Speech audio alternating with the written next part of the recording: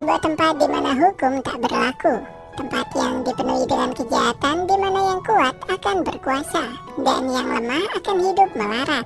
Tempat itu pula dianggap menjadi tempat yang paling tidak aman, bahkan bagi hewan kecil lemah seperti tikus sekalipun. Karena setiap makhluk yang datang ke sana tanpa memiliki kekuasaan ataupun kemampuan, pasti akan cepat tersingkir. Ya, tempat itu lebih dikenal dengan sebutan Los Pecados. Seakan menjadi hal yang biasa, di tiap atap bangunan tinggi di sana dibuat melengkung agar bisa digunakan para remaja untuk bermain skateboard ekstrim. Sementara di tempat judi maupun bar, tiap malam tidak pernah sepi dengan pengunjung. Walau terkesan gelap dan juga kumuh, namun banyak lampu neon yang menghiasi bangunan kota itu. Meskipun ada kalanya, neon itu udah berusia lama dan bisa jatuh sewaktu-waktu. Dan hal itulah yang dialami oleh dua bocah pendatang dari kota sebelah yang hampir saja kejatuhan lampu neon itu. Seakan itu menjadi sebuah peringatan jika tempat itu sangat berbahaya. Dia adalah Sewer, seorang petualang muda yang berusia 12 tahun dengan sifat penakut. Sementara bocah satunya lagi adalah Bridge yang berusia 14 tahun dan dia lebih berani daripada Sewer karena sudah menempuh perjalanan yang jauh. Jadi mereka sudah tidak bisa mundur lagi. Dan tujuan mereka adalah menemui seorang juru taksir barang berharga nomor 1 di kota itu yang bernama Fredrin. Lalu sampailah mereka di tempat Fredrin berada. Nampak sebuah patung Anubis yang sangat tinggi, seolah menambah kesan kalau tempat itu sangat berbahaya. Sewer pun merasa takut dan juga ragu karena dia pernah mendengar jika juru taksir di kota ini merupakan seorang iblis jahat yang suka menghisap darah. Sementara Bridge mencoba untuk meyakinkan rekannya itu. Dia pun memberikan sebuah apel hijau kepada Sewer dan menyuruhnya untuk menggigit apel itu saat dia merasa ketakutan. Dengan begitu maka rasa takutnya akan menghilang. Sewer mencoba memantapkan hatinya dan memutuskan untuk tidak menggigit apel itu sebelum misi mereka berhasil. Dengan begitu mereka pun mulai membuka pintu itu dengan perlahan. Dalam ruangan tersebut nampak sangat gelap, gak cuma karena minimnya pencahayaan. Pada beberapa tempat di sana pun memiliki dekorasi yang sangat menyeramkan, seperti halnya kepala monster dengan gigi taring yang sangat tajam, berbagai macam peralatan mistis, dan juga berjajar patung-patung tinggi dengan tampilan yang sangat seram. Tapi itu semua merupakan koleksi barang berharga dari Fredrin. Sampai pada akhirnya, dua bocah itu baru menyadari jika ada bayangan orang yang tengah duduk di sebuah kursi di depannya. Seorang pria dengan tatapan seram yang tengah memegang tengkorak iblis di tangan kanannya. Dan tidak lain dia adalah Fredrin, sang juru taksir barang antik nomor 1 di kota itu. Seketika itu Sewer kaget dan membenarkan sebuah rumor jika Fredrin itu merupakan seorang jelmaan iblis. Dan mendengar hal itu, Fredrin berbalik memandangi dua bocah itu sembari menunjukkan ekspresi seramnya karena ada bocah yang berani mengganggu dan juga masuk ke tempatnya. Sementara itu dengan gugup, Bridge mencoba untuk mengutarakan maksudnya. Dia pun ingin Fredrin agar menilai harga dari benda yang dia temukan saat mereka berpetualang. Mendengar ucapan bocah itu dengan ekspresi yang sangat mengintimidasi, Fredrin mengatakan jika di sini bukan tempat bermain anak kecil. Saat itu pula muncul seorang yang membuka pintu ruangan itu dengan menendangnya. Dia merupakan seorang bandit dari Los Pecados yang menenteng minigun di tangannya dan juga membawa tas yang penuh dengan perhiasan yang terdiri dari berbagai macam batuan berharga. Lalu dengan kasarnya, orang itu pun menendang Bridge dan menyuruh mereka minggir. Dia pun menepis benda milik Bridge dari atas meja dan menggantinya dengan koin emas serta berbagai macam perhiasan yang mahal. Meskipun sempat menunjukkan ekspresi marahnya, namun Fredrin kembali mencoba untuk bersikap tenang. Sementara bandit itu meminta agar Fredrin menilai semua barang berharga yang telah dia bawa.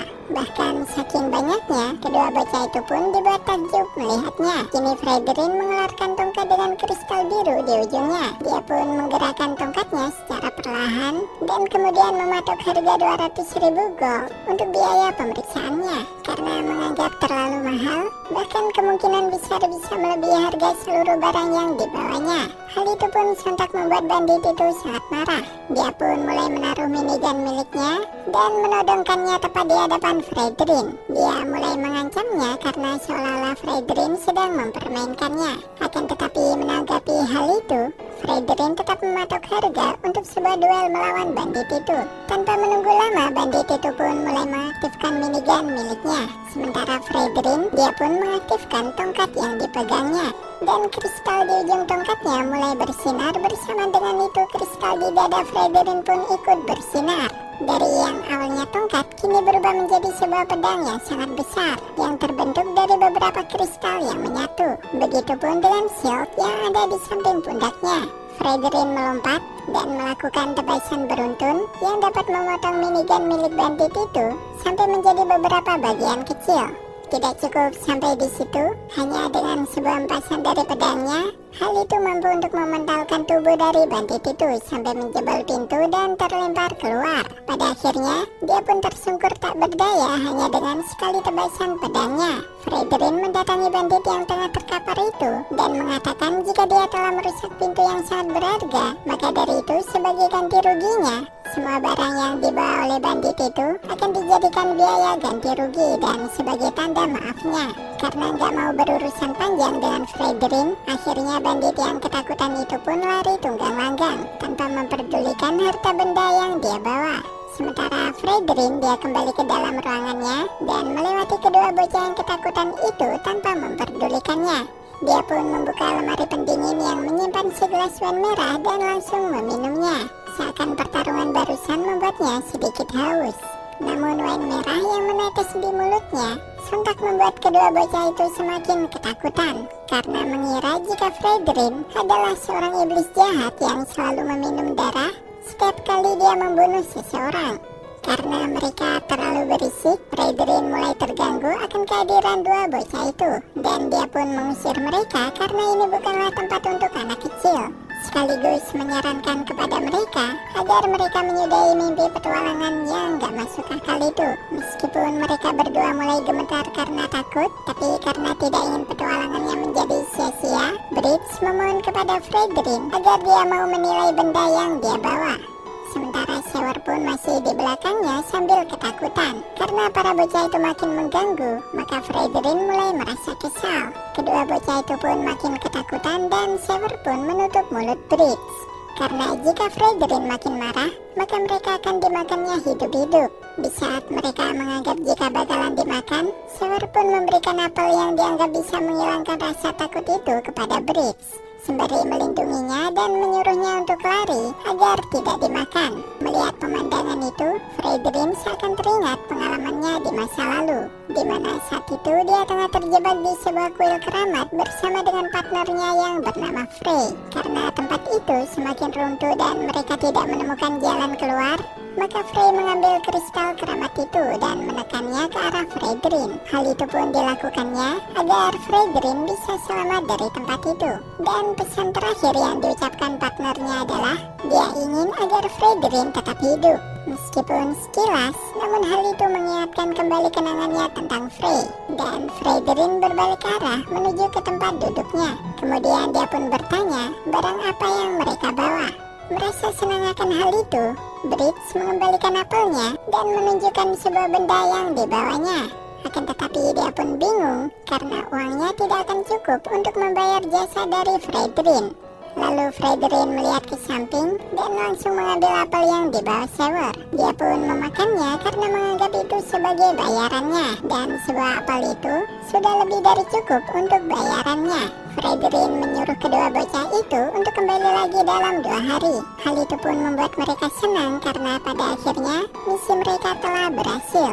Sementara itu di ruang kerja Fredrin, dia pun telah selesai memeriksa benda yang dibawa oleh para bocah petualang itu dengan menerbitkan sertifikat yang menjelaskan jika itu merupakan sebuah rencana keluarga dengan bahan tembaga yang memiliki berat 80 gram dan tertera tanda tangan Fredrin sebagai penilainya.